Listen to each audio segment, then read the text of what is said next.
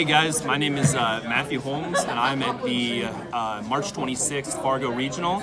I got top 8. I got third with a record of 5-0-2, so technically undefeated. Today I played Zombie Eldlich. But before I go into the list, I want to give a couple of shout outs. My hometown Yugioh boys, so Vaughn, Hummerding, Norris, and Dylan, those guys have been helping me test a bunch online. And even if it's just like, hey, what if I do this? And they're like, no, that's stupid, don't do that. I'm like, thanks, guys. And then, of course, my man Todd behind the camera, and all the other guys at Lionheart Gaming. I've been a little bit absent from locals lately, and so it's been really good to get back into the swing of things. And it's really nice when your deck is still playable, a couple formats later, better even. So let's jump into it. I'll do matchups and stuff at the end. So first of all, I'm on 45 cards, 2 copies of Eldlich the Golden Lord, 3 bricks too much. You don't hate seeing it in your hand, but it really needs to be with with an Elblixir for you to get the full value of it turn 1. And it really opens up space for your normal summons, just on triple Unizombie. So the idea is that Unizombie is really fragile, so you do everything you can to bait some kind of negate. You've got Lord, right? So you take something off the field, and then you bring it back. Maybe you have to go to battle phase, and then main phase 2, get to get Unizombie out, start going to town. And the typical cards that Unizombie is sending, I'm missing a card somewhere. Oh, there we go. Glow of Bloom, the 2 Necro World Banshee, and then Doom King Baladrock. So Doom King has some really sick synergies with Eldlich. If you do your little Unizombie combo, right, you bring out your Doom King, and you got Lord Engraved somehow. You can pitch it off, you search it off Eldland, pitch it off Uni, and then you Lord Engrave, chain Doom King, and you're cooking with gas right there. And then Jackabolin, more often than not, I was summoning this off of Scarlet Sanguine or similar. But what can sometimes come up is that you have to link off the bloom, and you don't have Zombie World live. And so what you do is you grab a Jackabolin, and then you pitch, a Lord, a Doom King, a Banshee, and it kind of turns on your engine in a way that matters to enough decks. And then my only monster hand trap is triple Ash Blossom. I think everything else clogs up my hands just a little bit too much, and Ash is just enough of a turn ender against just enough bad hands that it's worth playing. So that's all the rationale for that. Let's get these guys out of the way.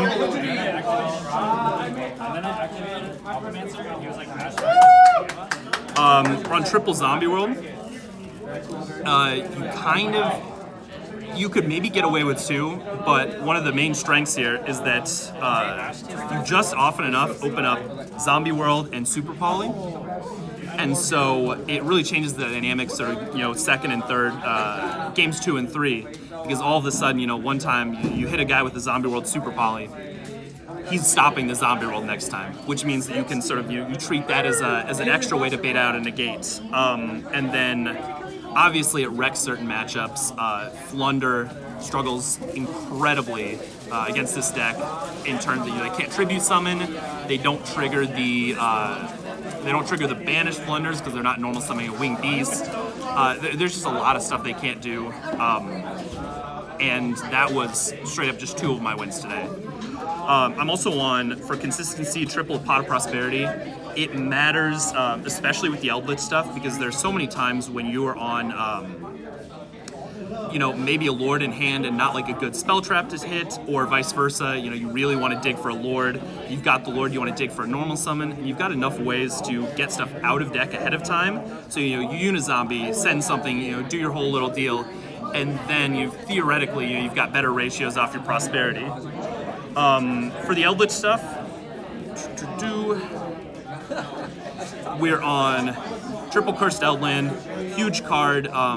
Some pure builds don't run it as much, or at 3, but it's almost always on if you have a Unizombie. You search, pitch the Lord with the Unizombie, Lord send the Eldlands, and then you've got like a really strong start to your game. 1 White Destiny, 2 Black Awakening, 3 Sanguine. black could maybe go down to 2, but I find that there are just enough times where like you can really significantly push for game through like a couple of link options if you just draw a black, right? And if you draw it and you don't need to use it, then you can always set it, send it off Lord, and it can get you some really clutch stuff because people aren't expecting a Doom King or a Banshee or something off of that if you've already got the Lord out. They're always thinking, oh, it's a second Lord and then he's gonna do some shenanigans. So you catch a lot of people off guard with that. The same with the Scarlet and the White, to be fair. But Scarlet is more often than not getting you your Doom King, or what comes up pretty often is somebody will activate some kind of board wipe and you're sitting on like a Scarlet and a Lord and a Zombie World on field. And so what happens is you take your Scarlet, summon the Banshee. Banshee has a continuous effect, prevents Zombie World from being destroyed. So then on resolution, not only have they not destroyed Zombie World with their, whatever kind of board wipe they were working with, but then they have to chew through Banshee and then chew through Zombie World again. And then if they destroyed the Banshee, you can Banshee out of grave to get another Zombie World. So it turns it turns what could be like a really, really bad scenario into great. I mean, it's like, it's like getting Gam on your turn, right? It's just huge advantage, and there's not a lot else like it. For the Elixirs, or the Golden Lands, I'm on triple Conch and double Hawk. And the reason I'm on double Hawk, I mean, partially because it's not generally as good as Conch. There are a lot of decks that like really need some kind of thing up, whether it's Adventure, right? So you pop the token after they equip the Draco back, or you pop the Fateful Adventure, you pop a Pranked normal summon. There's a lot of stuff that like needs to resolve. And the reason I can also afford to not run as many Hawk is because in a lot of cases, not searchable obviously, but Ice Dragon's Prison is strictly better. Because you're potentially ripping something off your opponent's field. If you want to keep it, you can like steal an Ash and then go into some link plays, Hauka Fibrax, all that kind of stuff. I'm on 2 Infinite Impermanence. I only own 2, so I can only run 2. If I had 3, I might run 3. And it did come up in one of my games that I got, like Nib Imperm, which is not especially likely, like 45 cards and 2 copies of Imperm, but it's also really strong against just shutting off a negate, right? Whether you're staring at like a DPE or a Griffin, the fact that you cut it down from 3 to 2, 2 to 1 is really meaningful when you've got like a Lord in hand to follow up with. And then the absolute MVPs today were Rivalry of Warlords and Skill Drain. Skill Drain's at 3. I have a third one in the side. I just have enough stuff that doesn't play well with Skill Drain that I would rather not see it quite as often. And you see it so much off Prosperity. And so I was having this real like weird sort of crisis with Brave stuff, and I was like, Jesus, it always seems like they chew through it. So I thought, well, maybe instead of not playing the floodgates that they lose to, I'll play more of those floodgates, because they assume that they're going to get that one bounce, and if that one bounce doesn't happen, or if you have something else to flip, then you're sitting really pretty, because then next turn you get your Eldlich engine, and then you're getting rid of the Draco back. They have very little to play with. And then for the extra, no extra than side, I've got Link Karibo, just to link off the Bloom. So it comes up either as being brought from Hulk, or just normal summon by itself. Avenged Savior and 2 Vampire Sucker. 2 didn't come up, but it just happens often enough that you linked into Sucker on your first turn play and then bring back a Lord or something like that. And if you lose it, you kind of need it in certain game states. The Tribute effect did not come up today, but it's incredibly strong. You're always searching a Lord. You've got a Zombie World on field a lot of the time. And people, when you add this Lord to hand, or if they've got some, kind of bounce, they always wait until you summon the Lord.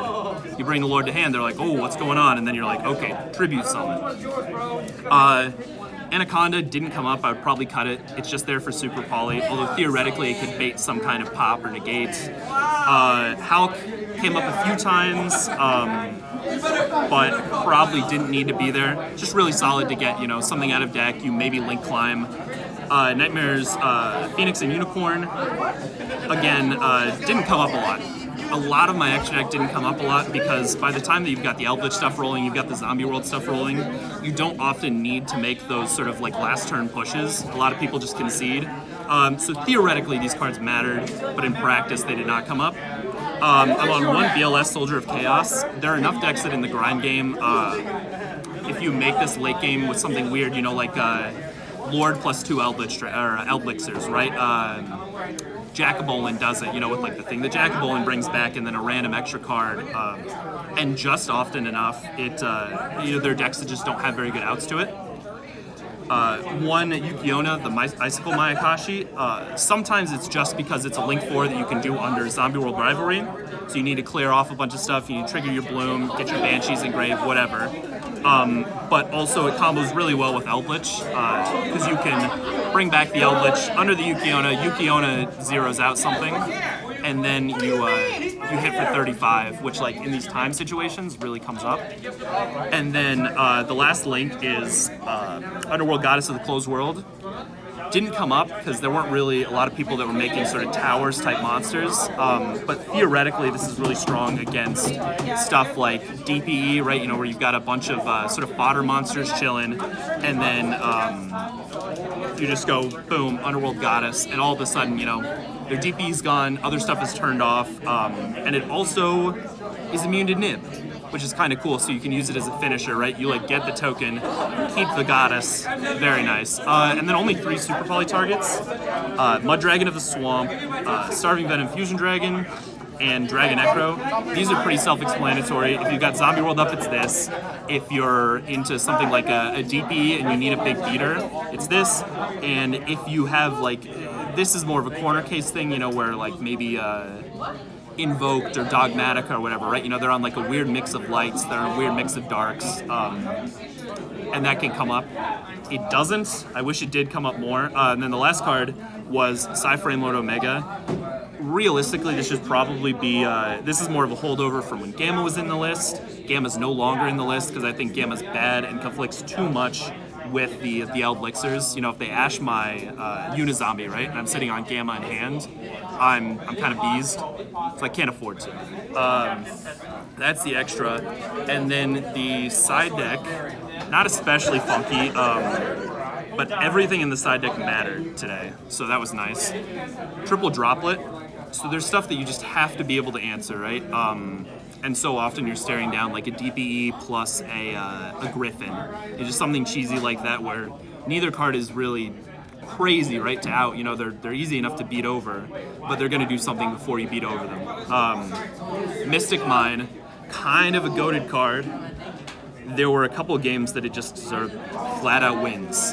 Right, you sit on an Eldland, and then you just boom, Eldlich. It's like Blaze Accelerator Reload or one of those cards, right? You're popping cards, you recycle it back, and then when you have enough resources, you push for game. And usually that's, you know, through a Super Poly or similar. I'm on one Duster, one Lightning Storm, and 2 Cosmic. I own one more Lightning Storm. But I found that this was really useful into decks like Adventure that don't really struggle all that much with skill drain or something like that, especially Adventure or Prank Kids. So instead you hit the Fateful Adventure or sometimes the Field Spell on the Prank Kids. Or, you know, if you're against some kind of back row deck, right, and you know that your opponent's not going to be able to make a push, they set a couple of cards. End phase, if you've got a good read on it, you know, Cosmic Banish something. I never played any Eldritch Mirrors. I feel semi-confident about that matchup, but this card theoretically helps a lot there. I have 1 Pancratops and 2 Alpha, the Master of Beasts. This was basically Beast King Barbaros in one of my matchups because I was sitting on Skill Drain and sitting on Zombie World against a Flunder player. And so I was just Alpha, beat. It conflicts a little bit with Zombie World, obviously, because you don't have good stuff to bring back. Never drew Pank, sided it a lot, unlucky. And then Triple Nib. Nibiru is incredibly strong right now, and even if it just means clearing off a Griffin, it's worth it. There were not a lot of players that were playing the line sort of like Griffin into use it as 7 fodder for a Baron de Fleur or something like that. So often enough, you could bait it with something else. Like let's say you had a if you're sitting on, obviously, nib imperm is pretty fantastic, but you do something like an Ash Blossom that is not really going to resolve, but you can follow up with the nib. And theoretically, it matters that you can do some funny stuff with the Eldlich cards, as far as like nib Chainlink 1, Eldlich Scarlet Sanguine Chainlink 2, and then stop the nib from summoning and just wipe the board. Didn't come up. Could have been cool. Didn't. I've got the token in here, and then I've got the final skill drain. It's in the side because I have 2 different arts, and so I played the 2 in the main deck that matched. Not much more than that. Yeah, and that's everything. I can go into the matchups a little bit. I recorded them sort of live tweeting to the boys. Let's go back to round 1 here. Oh geez, it's all the way back here.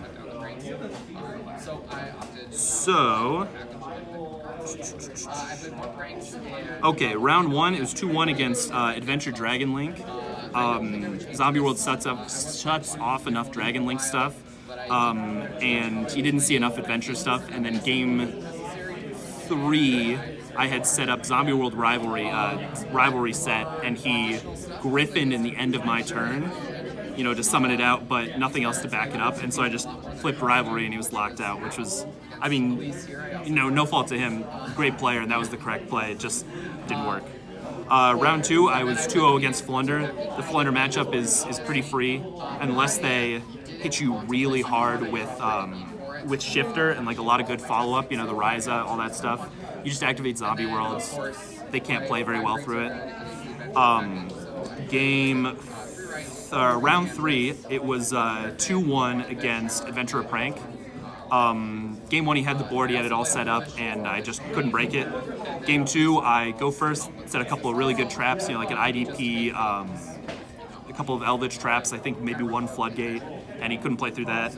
And then Game 3 was Nib Imperm. And then I drew Eldland for turn, Lord, goes Burr. Round 4, I got a tie against another Adventurer Pranks player. I got game 1, game 2 just went long, and that's not on him. He's got a lot of effects to resolve, and he was up on life anyway, right? So it's not even like a 1 game, but it still feels a little bit bad to lose or to draw in time. That was draw 1 of 2. Round 5, 2-1 against another Adventurer Prank Kids.